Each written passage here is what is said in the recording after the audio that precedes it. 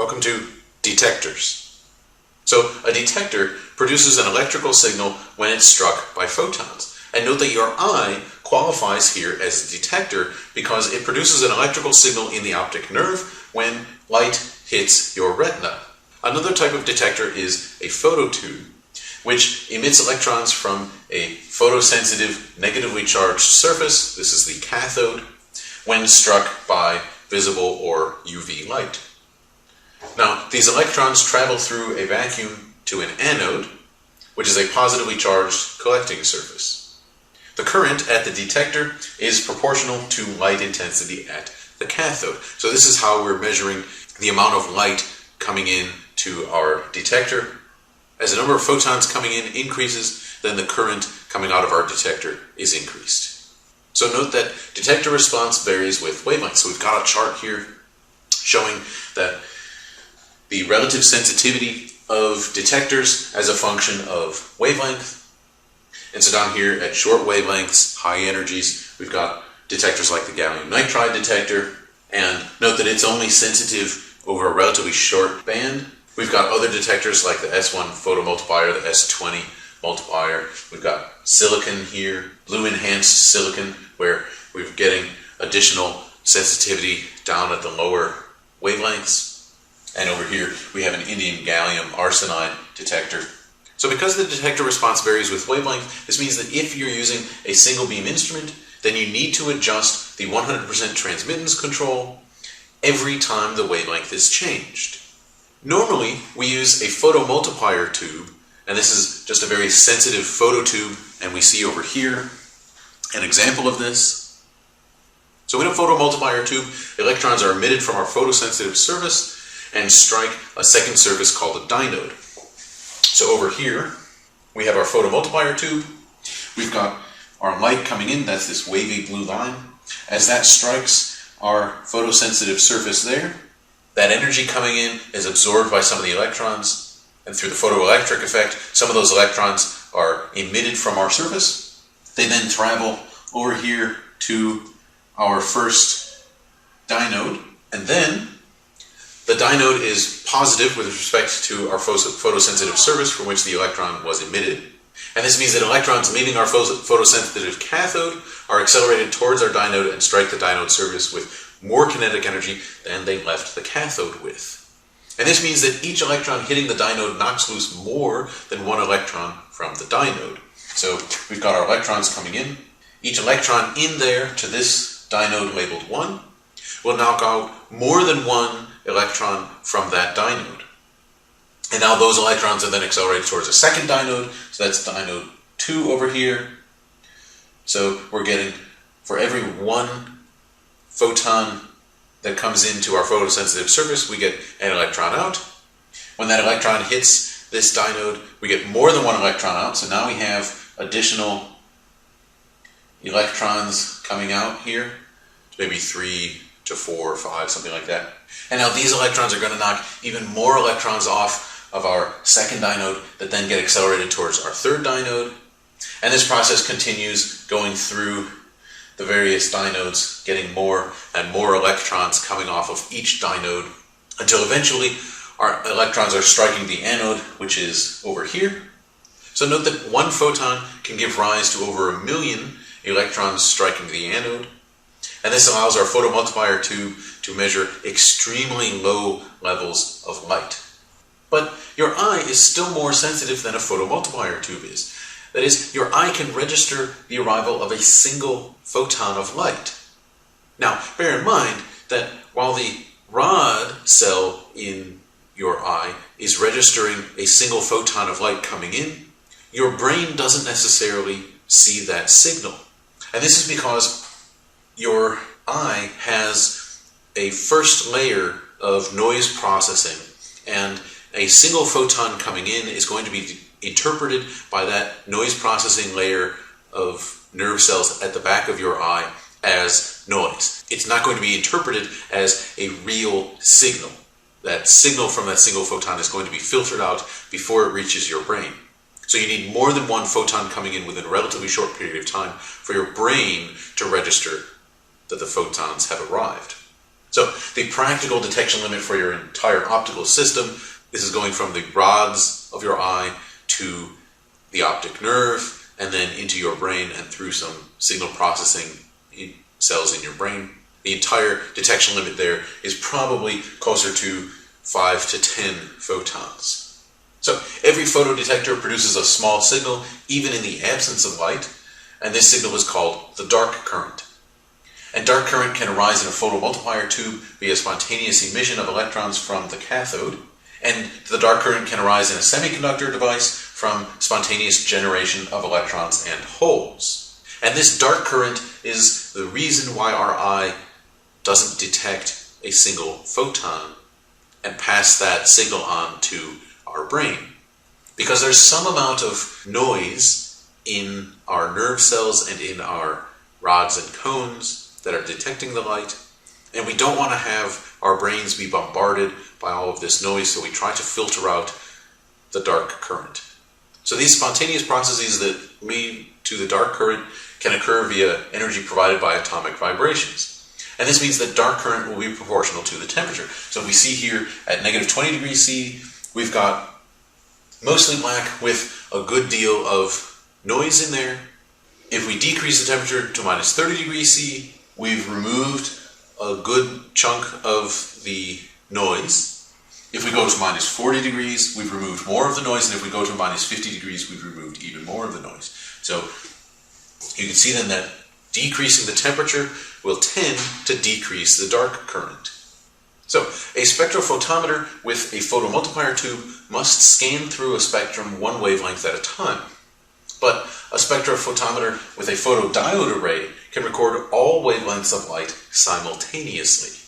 So a photodiode array has a very large number of small detectors combined in a single device. So you've got a single device like this where we have a linear array of detectors, and you can see we've got some circuitry over there.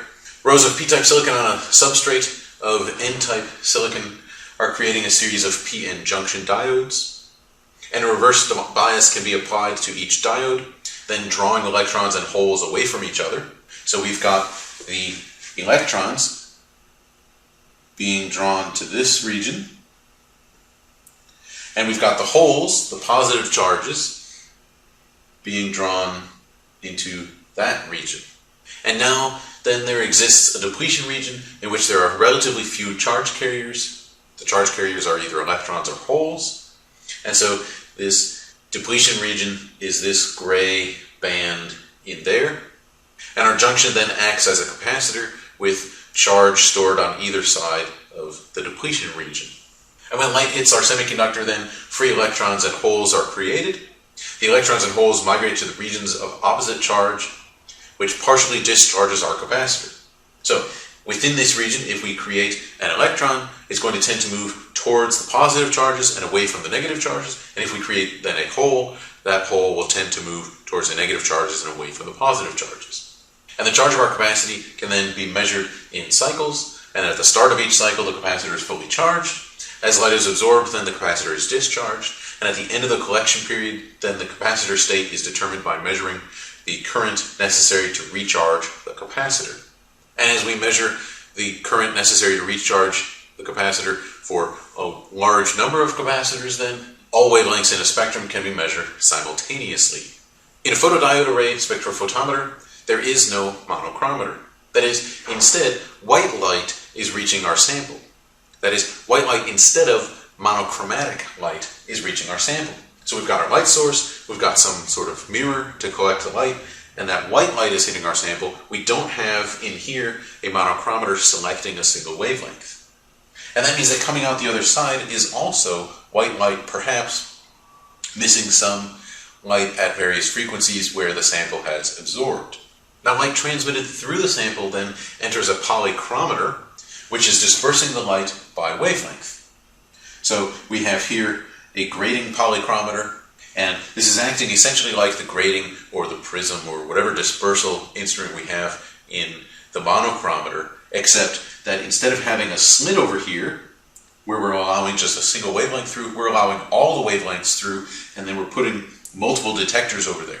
Now we could do this with a series of photomultiplier tubes, but we would need a vast number of photomultiplier tubes, which would just be too expensive. So instead, with our photodiode array, we can measure the intensity of light at each wavelength in the spectrum at the same time.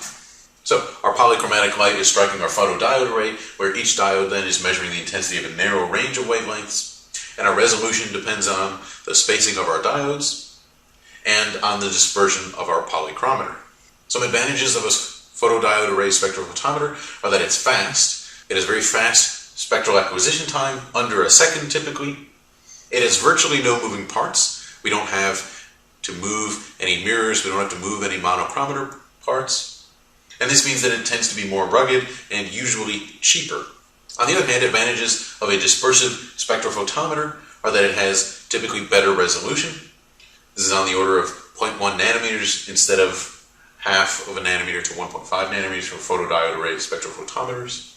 So now let's turn to a charge-coupled device. This is similar to our photodiode array, but it's an extremely sensitive photodetector that stores charge generated by absorbed light in a two-dimensional array. So the photodiode array was a one-dimensional array, and we have to spread our light out in one dimension. And we have a series of photodiodes detecting light at each wavelength. With our charge-coupled device, with our CCD, we have a two-dimensional array of detectors. So a CCD can produce a higher signal-to-noise ratio than a photomultiplier tube. And note here that digital cameras use CCDs to record an image. So if you have a cell phone or a digital camera, you probably have a CCD device inside.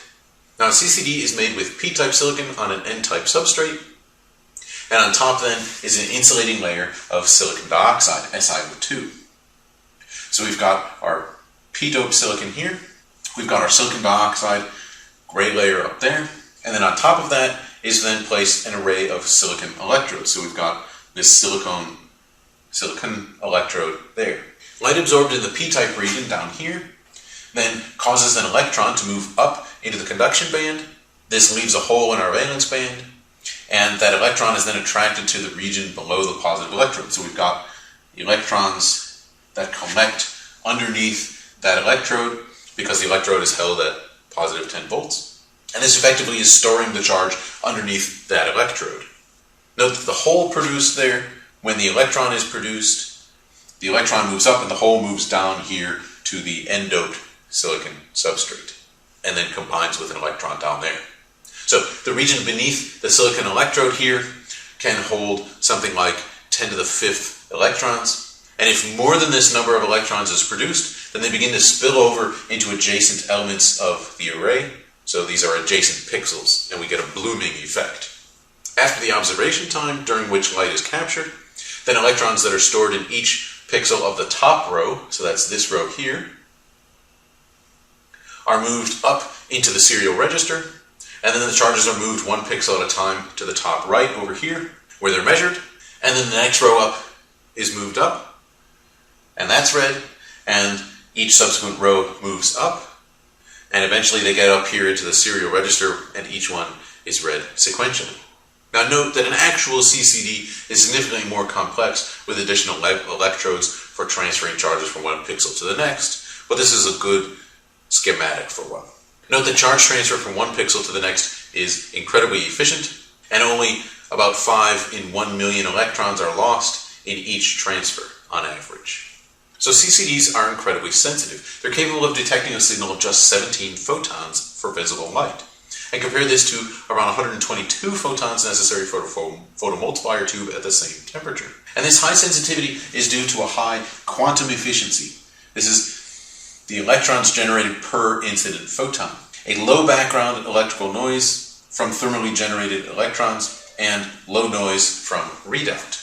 Now, really sensitive CCDs have a multiplication stage before the output amplifier, so we've got a multiplication stage there that is going to multiply the signal before reaching the amplifier, which amplifies the signal even further.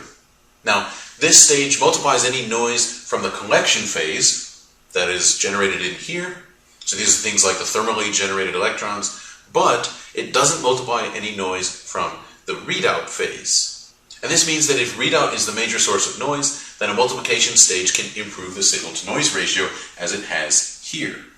So where visible and ultraviolet detectors rely on incoming photons either ejecting electrons from a surface or promoting electrons in a semiconductor from the valence band to the conduction band, the IR photons don't have enough energy to do either of these, and thus our infrared detectors can't use these techniques. We have to rely on other techniques.